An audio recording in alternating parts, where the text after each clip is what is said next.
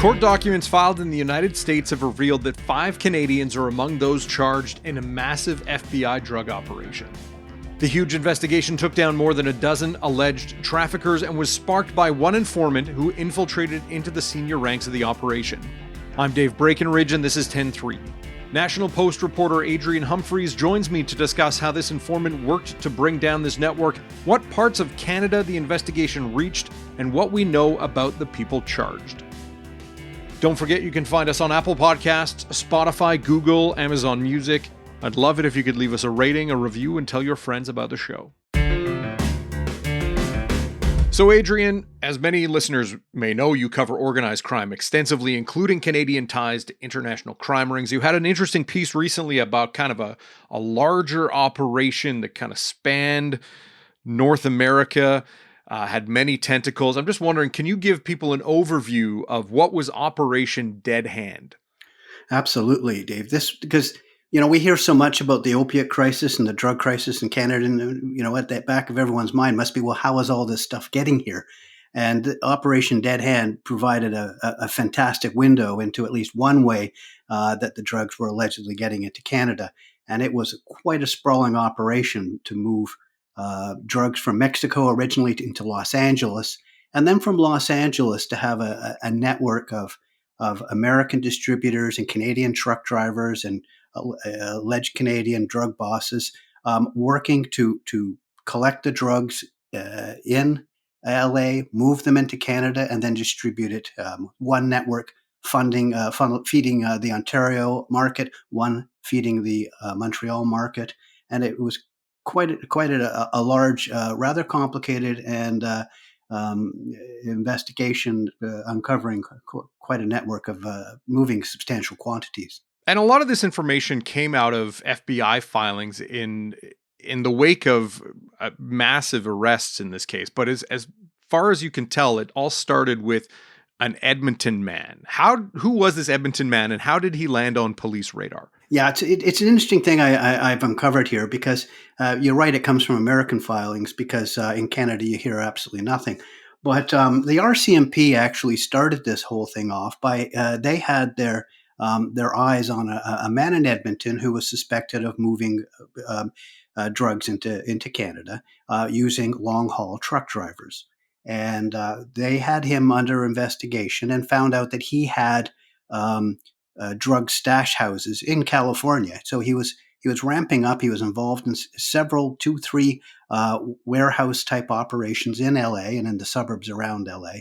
So they notified Orange County Police, and they put the place, the guy's condo, under surveillance, followed him around, and watched him pick up bags and boxes at gas stations and parking lots, and then meeting up with 18-wheeler drivers who then put these boxes and bags into their 18-wheelers and then headed out on the highway north. And the police in the States then started picking off these trucks. So, they watch them for a little bit, and they wait till it wavers over the line, or they go a kilometer or a mile over the speed limit, and then pull them over, find an excuse to search, and they uncover the drugs, they arrest the driver, and they've got some seizures. And that was what they were, looking at in that case. But one of the truck drivers they arrested ended up really making that just the appetizer for what became a much bigger enterprise, because the driver had a very specific and very enticing offer for the FBI. And what was the offer? Did he decide, I'm going to turn informant, I'm going to work with the FBI? And where did that go from there? Where did that lead to in terms of the roots of investigation here? He offered to be a world-class snitch. So there's all kinds of different informants in the underworld, and some of them just testify in a specific court case and then disappear into the witness protection program. Others have offer or are able to provide more bigger services, more penetrative services. And this guy offered to work as a confidential human source, as the FBI calls them, rats or snitch, as most people would call them in layman's terms.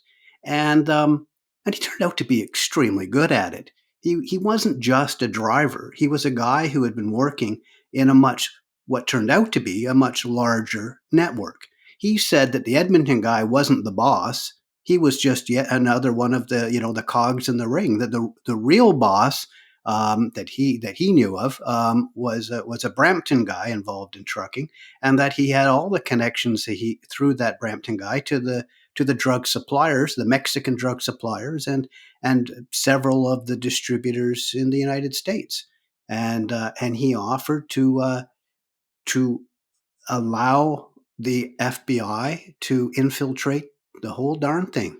And so what did investigators learn about this other Canadian guy, this guy out in Brampton, based on the FBI filings? Well, the allegations against the Brampton guy, very little is sort of known about him, but he's involved in trucking, and they say that Gramit Sidhu, 60-year-old Brampton guy, was that allegedly one of the bosses of one of two networks that were indicted. So ultimately, the FBI and the informant uncovered two drug rings. Like I said, one feeding Ontario, one feeding Montreal, and they allege, untested in court yet, that Mr. Sidhu was in fact running the Ontario branch of the operation.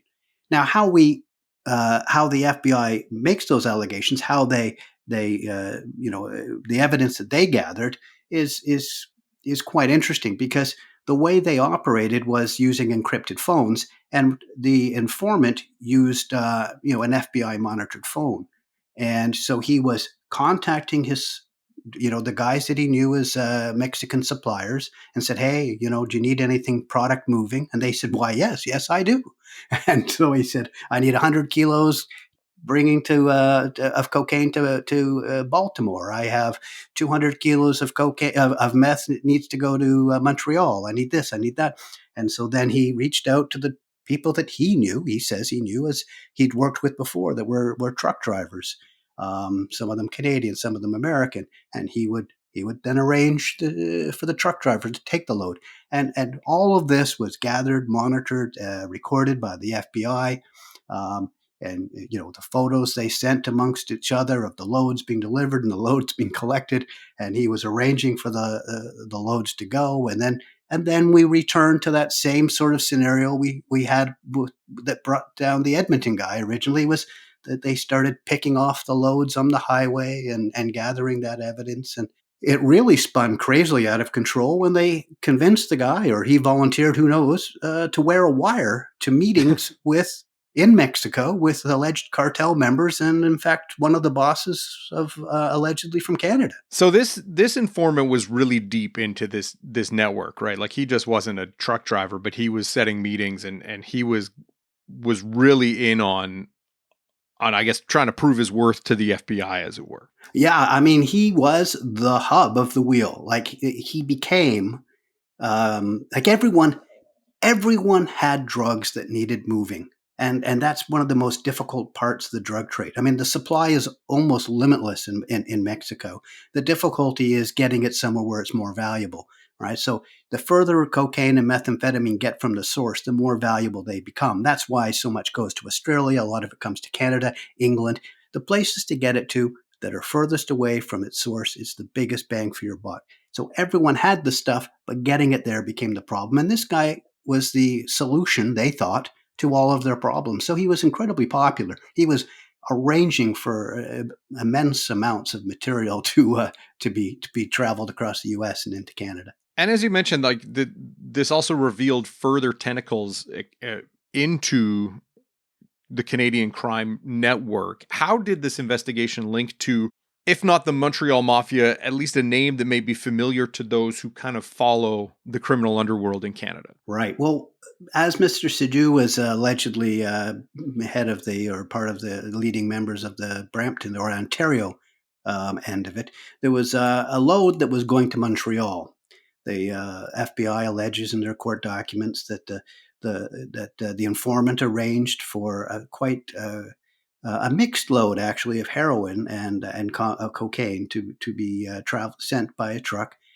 It arrived across the border in a truck, the FBI say, on December 1st, 2022, and it was then moved to Montreal, and it was to be delivered at a warehouse in Montreal, and the informant was the one that was arranging for this delivery. And in fact, it was so explicit; it was quite difficult to find the little turn into the warehouse driveway from the road in downtown Montreal. Well, not quite downtown, but in Montreal, where to turn. And so there's all these text messages in a group chat with the alleged buyer and the informant and the supplier in Mexico, all talking about this deal and where to turn, and my guy will be there to collect it. And of course, the RCMP knew exactly when and where it was expected to arrive, courtesy of the FBI, courtesy of the informant. And so the RCMP were there waiting for this cargo to arrive in Montreal. And when it did, and they made contact with a guy in Montreal at a warehouse, the officers that had been, hiding out in the street for 50 minutes, pounced and arrested them.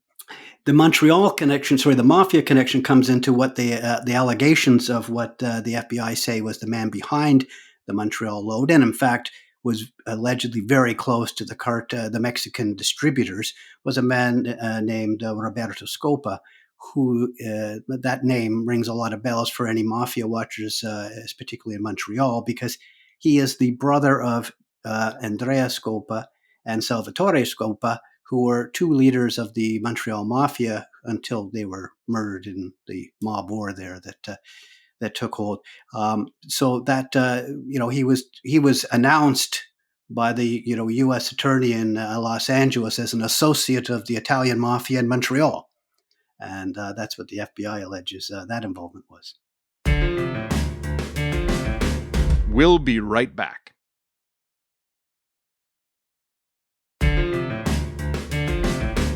So after this big bust in Montreal that you just mentioned, there were some subsequent meetings between the informant and hires up. What more did the FBI learn about kind of the scope of this network and what was involved in moving these drugs around after that major bust? So, it got to a point where the informant was arranging for so many trips that they sort of stopped pretending. And they used to arrange for a driver and then watch the driver and pull it over. They ended up just pretending to be the driver themselves, taking the loads and just, as soon as they leave, immediately, seizing it because they the FBI. And they had a couple of informants there, posing.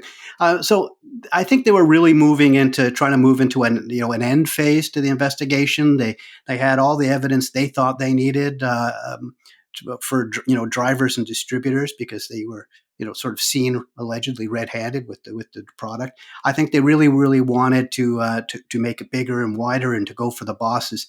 It's something that's much harder to do and rarer to do, but also so much more important to do. And so they got the informant to go into Mexico wearing a wire. So after these arrests and some of a couple of raids on a couple of distributors' houses and stuff, it seemed like a prudent move that these organizations would want to look carefully at their organization and try and find the leak, the weakness, or God forbid, the rat. And the informant was called down to meetings, and he must have been absolutely petrified to do this, but he wore a wire down to Guadalajara and another meeting in Tijuana with the alleged Mexican distributors. At one of these, Roberto Scopa, the Montreal guy, was allegedly there.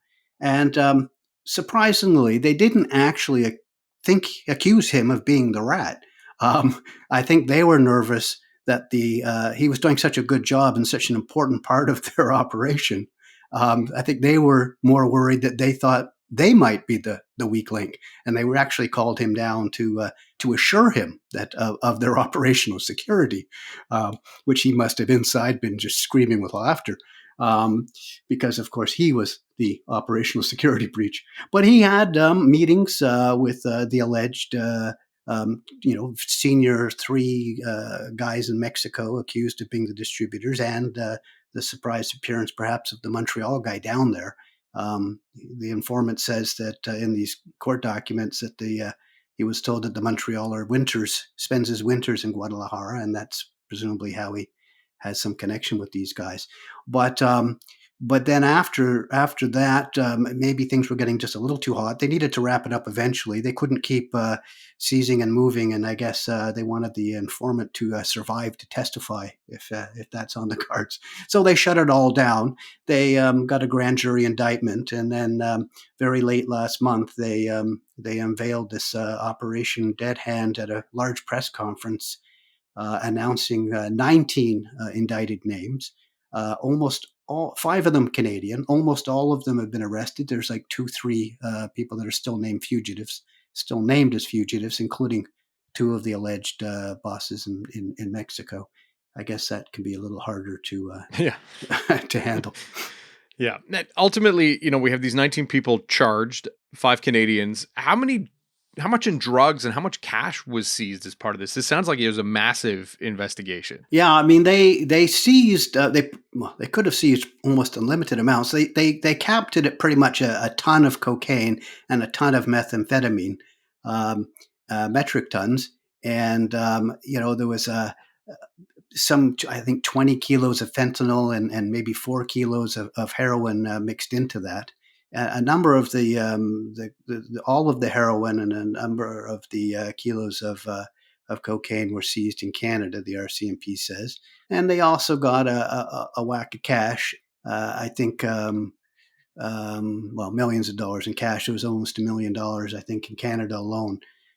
So between the two countries, they're the RCMP and the FBI and the various agencies involved were very, very proud of the outcome. Of course, now they got to try and get it through the court system and see how it holds up.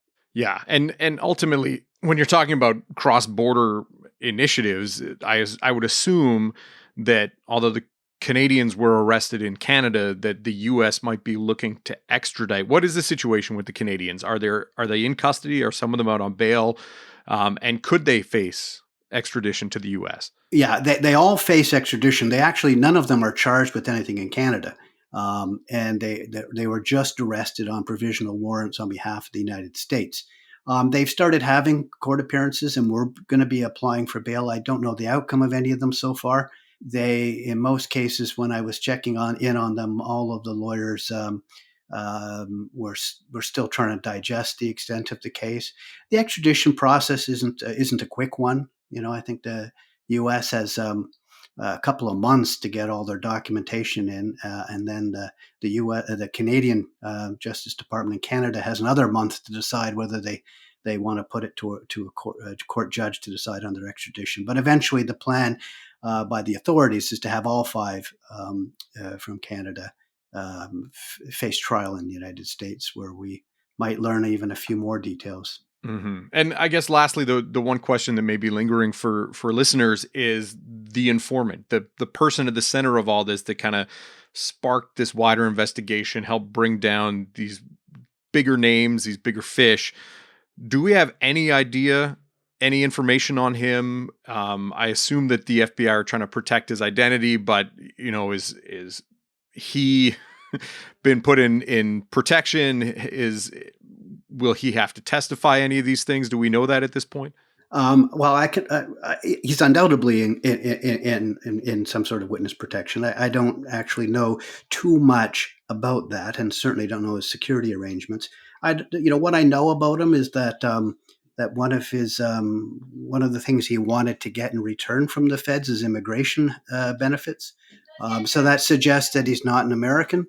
It possibly rules out him being Canadian, but it's certainly not an American, and that he's has previous involvement allegedly with some of the guys, so they'll know who he is, and that's why he has to be protected, because these.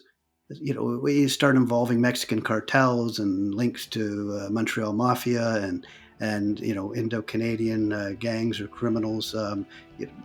These aren't small-time operations. These are all large, well-funded, and potentially dangerous groups. Yeah.